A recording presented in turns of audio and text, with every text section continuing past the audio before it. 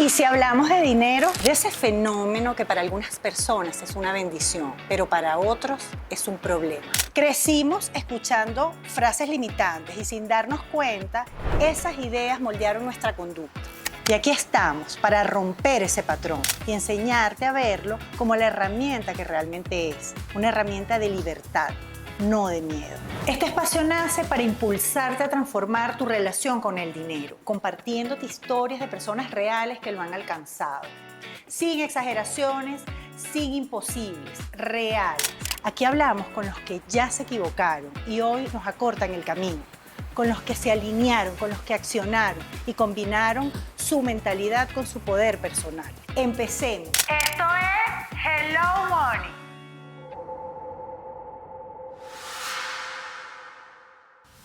Carmenza, qué gusto tenerte hoy. Bienvenida a Hello Money. Es un podcast para hablar sobre dinero, sobre el mundo también financiero. Así que te doy la bienvenida. Ay, no, gracias a ti, al contrario, Lili, por la invitación y feliz de hablar de un tema tan importante como es el dinero. Mi primera pregunta para ti es, ¿te gusta hablar de dinero o es algo que genera en ti alguna emoción? Yo creo que generaba tal vez emociones de intranquilidad en el pasado, pero ahora me gusta y creo que es necesario hablar de dinero de manera franca y directa.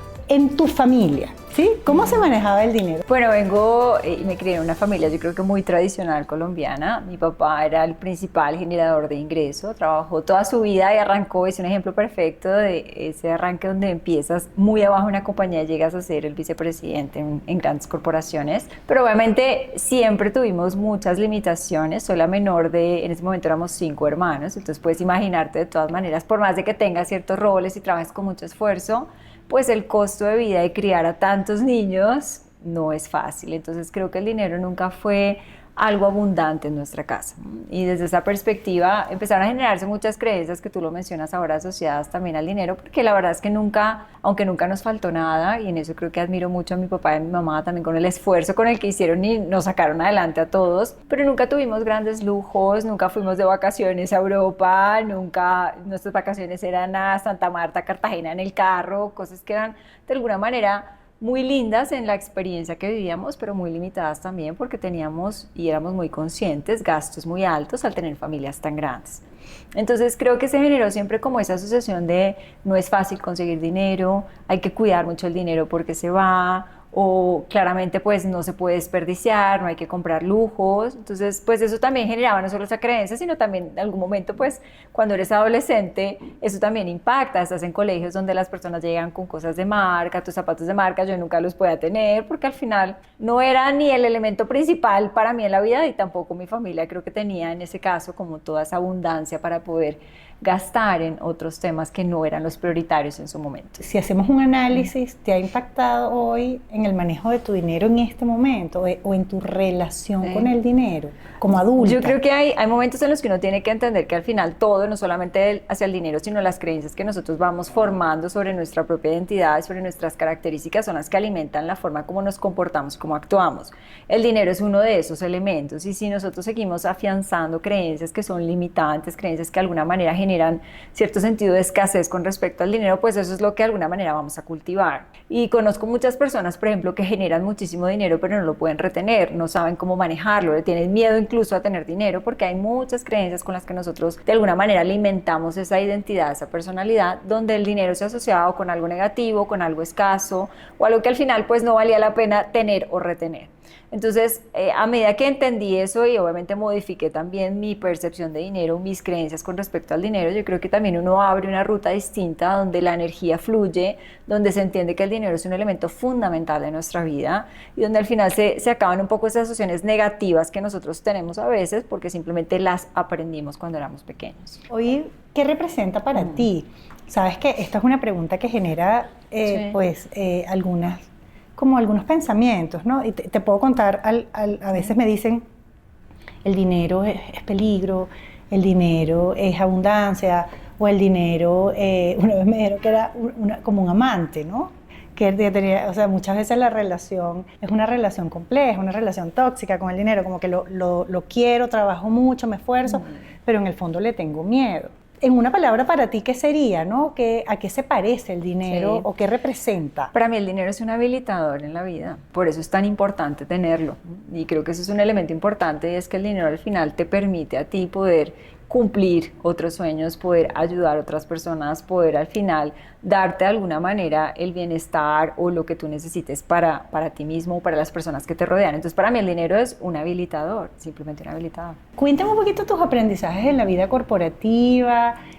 Bueno, fuiste hasta hace poco, ¿cierto? Gerente general de Sanofi para Latinoamérica, ¿cierto? Estaba en O Brasil en mi última posición. En Sí. tu última posición, pero pasaste por China, o sea, has tenido una vida corporativa súper interesante. Has vivido, me dijiste, en 10 países diferentes. Sí, la verdad es que fue una experiencia, bueno, son casi 25 años de experiencia en el mundo corporativo. Inicié mi carrera en toda la parte de consumo masivo, después entré a la parte farmacéutica, específicamente en Consumer Healthcare, y ahí desarrollé una carrera internacional que me llevó a trabajar en diferentes lugares, a gerenciar negocios alrededor del mundo, y obviamente me permitió no solamente aprender de todas esas complejidades, sino tener una experiencia de vida única que también le pude dar a mi familia, de realmente poder aprender de culturas distintas, trabajar en ambientes diversos y lo más importante al final enriquecer nuestra vida de lo que nosotros vamos aprendiendo de esa, digamos, conexión que logramos en diferentes culturas. Estás casada, tienes hijos, supongo Sí, que estoy también. casada hace 18 años, tengo un hijo, Martín, de 9 años, él nació precisamente cuando vivíamos en Malasia, él es de Kuala Lumpur. ¡Wow! Sí. ¿Y colombiano? Pero Sí, no, todos somos colombianísimos, somos colombianísimos con mucho orgullo también, Claro. y al final creo que ha sido lindo como familia cuando uno toma la decisión de salir de su país, de vivir un poco esa experiencia internacional. Hay que ser muy conscientes que son experiencias difíciles porque estás dejando parte de tu familia. En mi caso yo me fui con mi familia también, pero dejé aparte de mi familia acá en Colombia, pero la realidad es que a nosotros como familia nos gustó la experiencia, nos unió mucho más, permitió de alguna manera que cuando tú estás lejos te abras mucho más a otras personas, a otras oportunidades, así que nos generó una puerta abierta al mundo, que es precisamente lo que hoy queremos incluso seguir cultivando en Martín, nuestro hijo, a pesar de que acabamos de regresar a Colombia, por el momento queremos estar acá un tiempito, pero la realidad es que es esa apertura que le da la flexibilidad y la adaptabilidad, que son habilidades fundamentales para nuestro futuro. Sí, para la vida en general, para 100%. superar.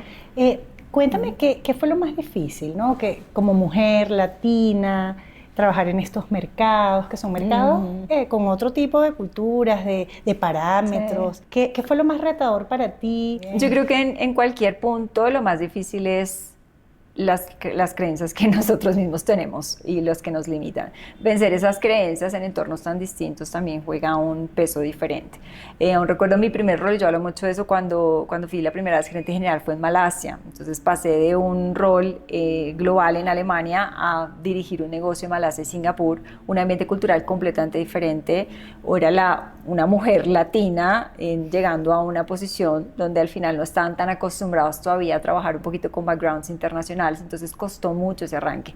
Y lo primero y lo que siempre tuve al principio fue duda y miedo, porque es lo normal que uno siente en ese proceso. Soy la persona correcta, estoy haciendo las cosas bien, me entienden, porque además de todas maneras no es español, no hablas en tu propio idioma, sí. Culturalmente estoy cometiendo algún error y respetando de pronto algunos elementos culturales que son muy fuertes para ellos dentro de su ambiente profesional. Entonces uno se empieza a llenar de muchas dudas que lo que hacen generalmente es que esa inseguridad crea ciclos y ese ciclo te lleva un poquito a esa negatividad que te lleva a un resultado negativo y que al final simplemente pues es una espiral hacia abajo.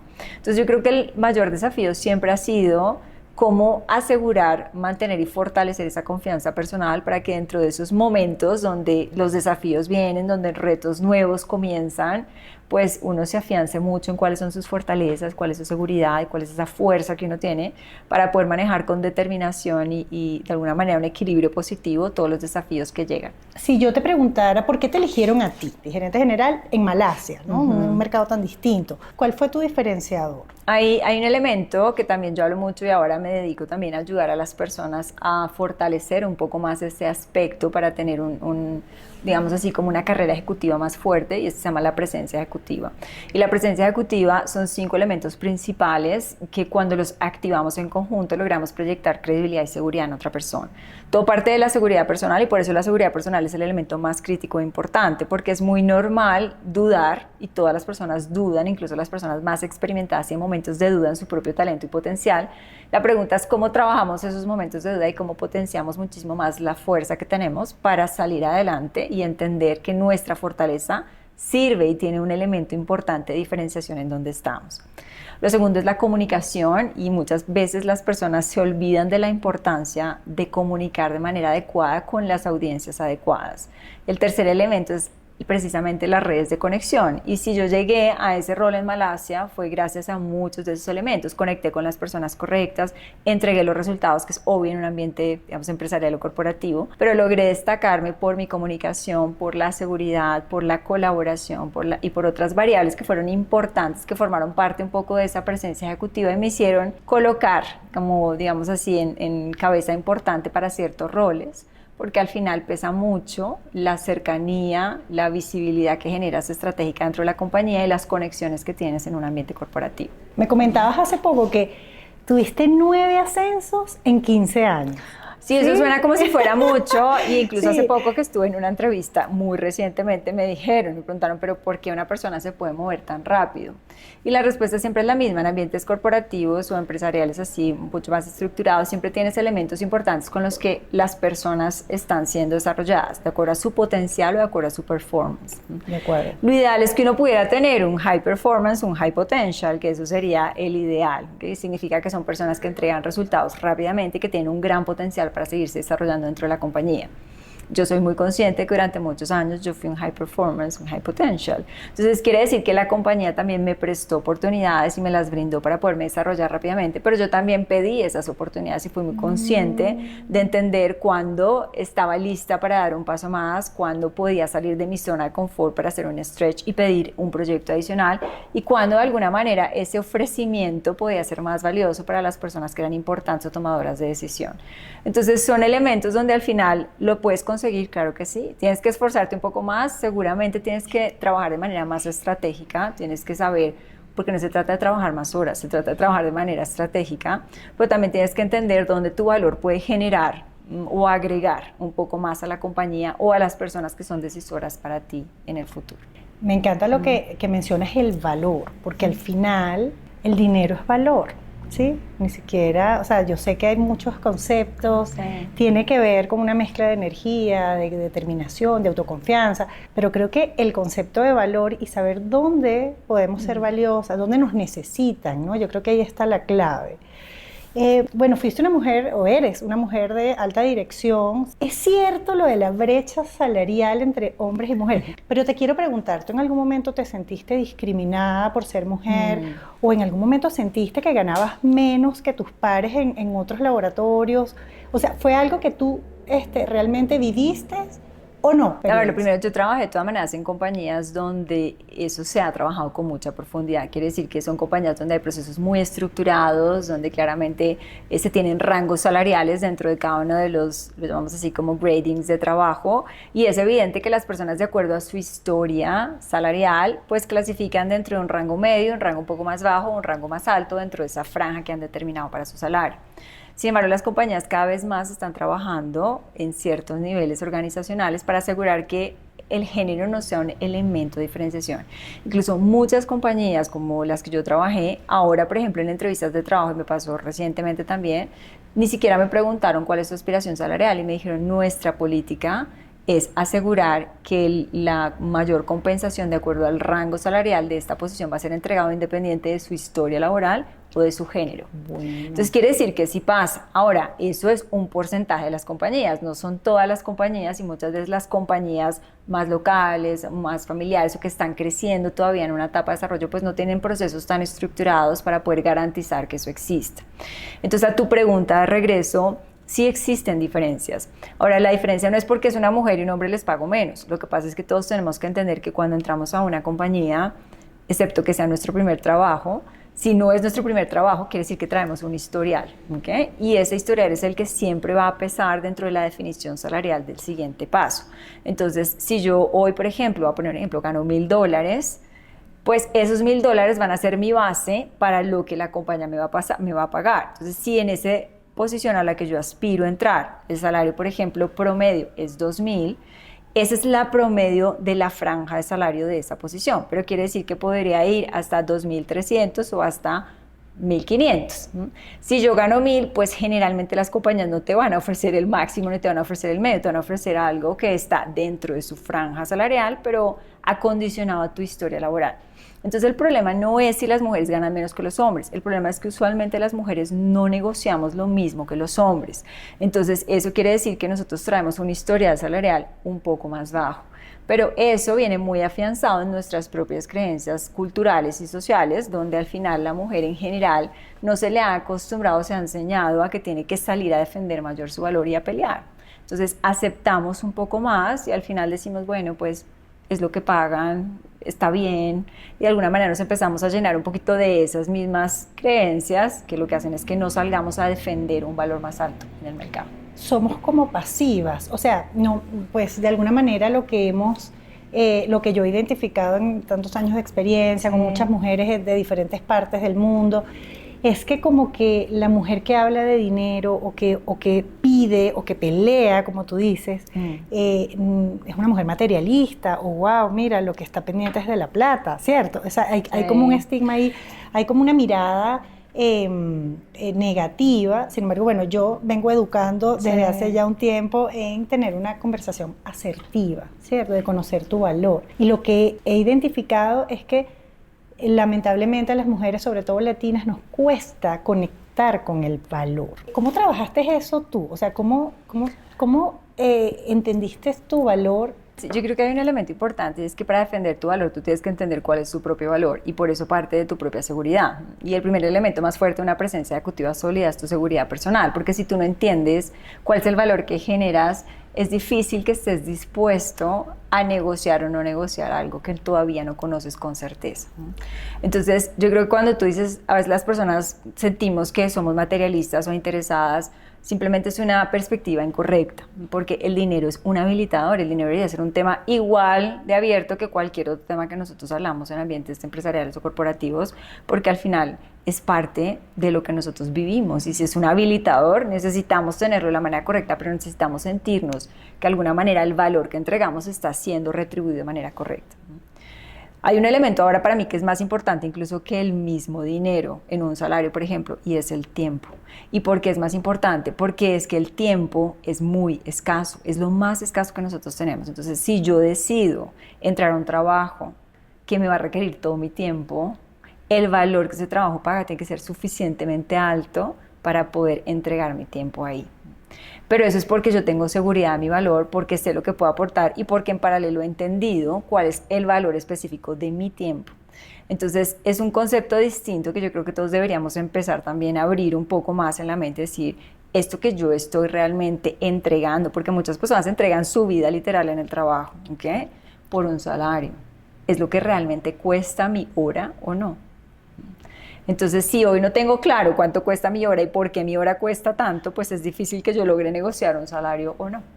Sí, ese sería el primer paso. Exactamente. Bueno, cuéntame ahora, regresas a Colombia, ¿cuáles son tus nuevos proyectos? ¿A qué te quieres dedicar? ¿O qué sientes? ¿En dónde te sientes más valiosa? Llegar a Colombia ha sido también, no solamente a nivel personal y familiar, una experiencia súper bonita, obviamente regresar después de tantos años. Yo estuve viviendo en Colombia durante la pandemia, pero nunca fue igual, y incluso cuando estaba en la época final de la pandemia salí a vivir a Brasil.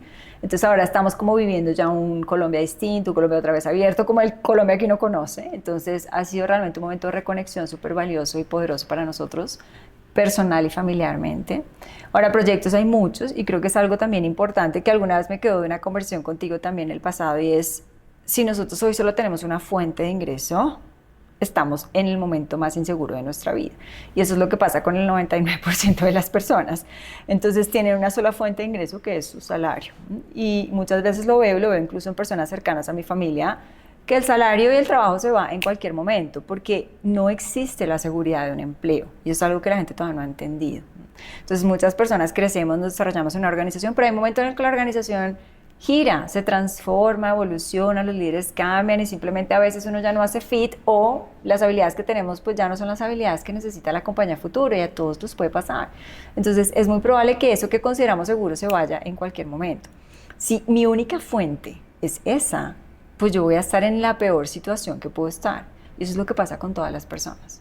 Entonces, lo que yo entendí hace mucho tiempo también es que eso no puede ser mi vida. Y por eso para mí hay proyectos que son más valiosos y más importantes que un trabajo, que es lo que precisamente estoy haciendo ahora. Ahora, el trabajo como lo conocemos, a mí me encanta el ángulo corporativo y quiero seguir trabajando y quiero seguir aportando. Hay mil maneras en las que puedo hacerlo, pero tengo muy claro cuál es mi valor, mi experiencia, cuánto cuesta mi hora de trabajo versus lo que tengo que entregar, y eso para mí ahora está siendo un determinante en mis decisiones personales y profesionales. El concepto se llama vulnerabilidad financiera.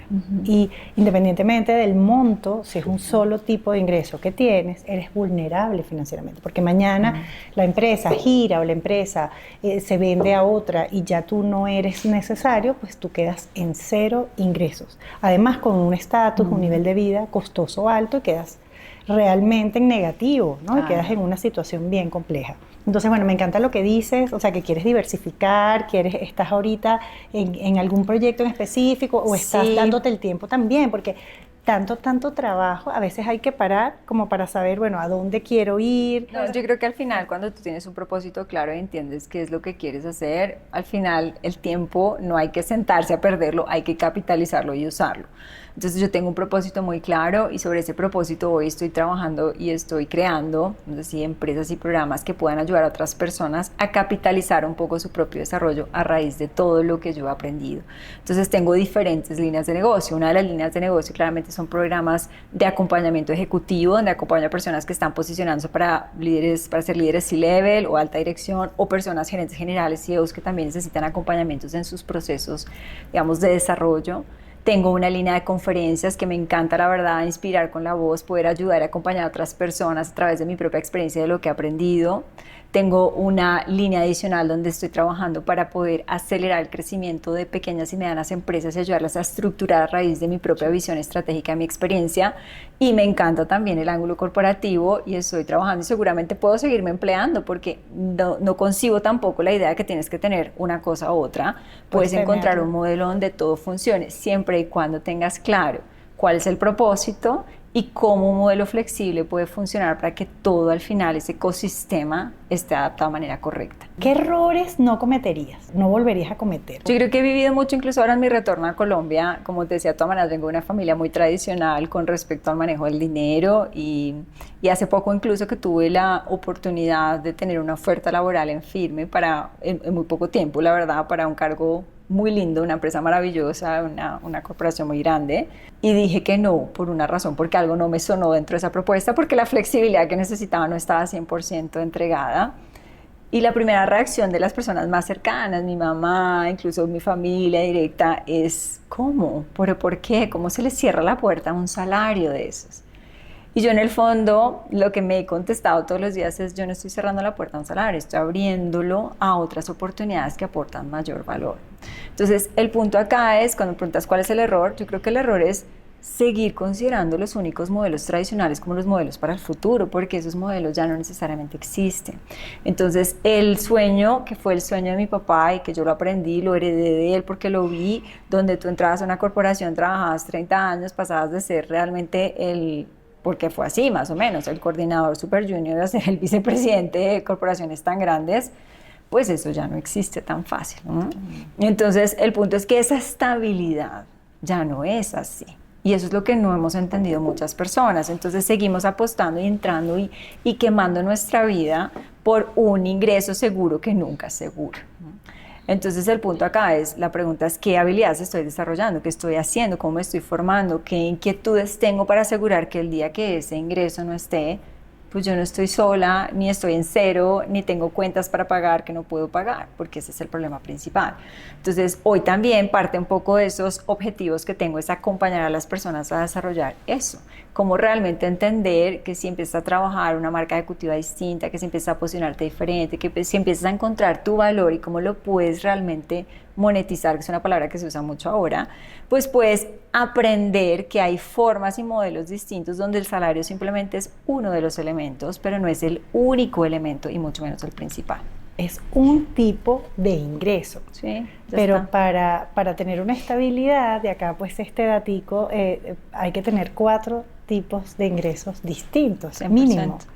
Entonces, para podernos sentir estables, y bueno, si falló uno, tengo 3, y ahí lo vas construyendo. A nivel financiero, ¿inviertes? ¿Te gusta invertir? Sí, claro. ¿Cuál ha sido tu mejor inversión?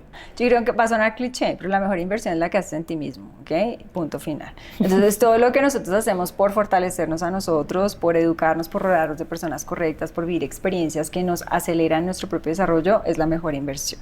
Ahora, obviamente, esas son inversiones que muchas personas las consideran gastos y a mí me sorprende muchas personas necesitando trabajar en ellas no invierten, pero sí van y se compran una cartera, sí van y se van de viaje a no sé dónde.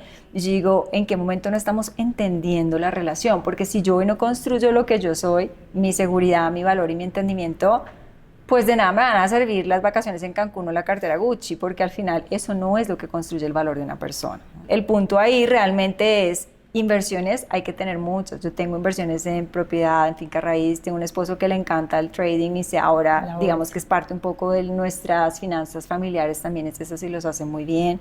Tenemos inversiones en moneda extranjera, tenemos inversiones en renta variable, en renta fija, o sea, yo creo que al final hay que complementar un poco. Porque el momento en que, por ejemplo, en mi situación actual, mi trabajo se cerró en el ciclo en Sanofi en diciembre, pues tengo que tener tranquilidad para poderme dar el tiempo, decir qué quiero hacer, puedo hacer esto, puedo hacer lo otro, puede venir una nueva oportunidad y capitalizar de una manera distinta. ¿Qué le dirías a una persona que se siente atrapada o que se siente frustrada porque tal vez no le alcanza el dinero, que es como lo que siempre escuchamos, ¿no? Yo creo que acá el punto, y hay una frase que a mí me encanta, es que el ingreso es el rey. Entonces, ¿qué pasa? Que las personas siempre dicen, ay, no, es que no me alcanza el plata, entonces voy a dejar de tomarme el café.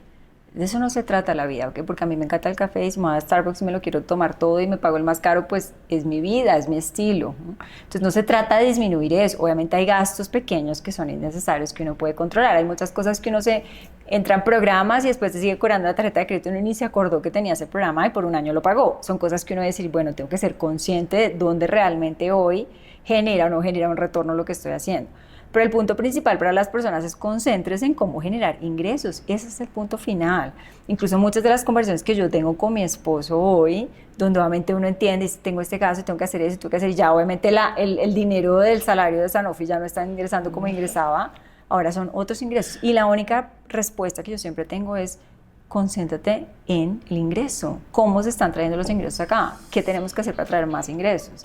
Y no necesariamente es un salario. Un salario puede ser un complemento perfecto y yo estoy súper abierta y la verdad es que quiero seguir conectar al mundo corporativo de 1000 formas, pero es un elemento, no es el único elemento. Súper, Carmenza, muchísimas gracias por contarnos tu historia, por abrirte, bueno, a esta conversación y yo creo que nos ha generado muchísimo valor. Muchísimas gracias a los que nos están acompañando. Esto es Hello More.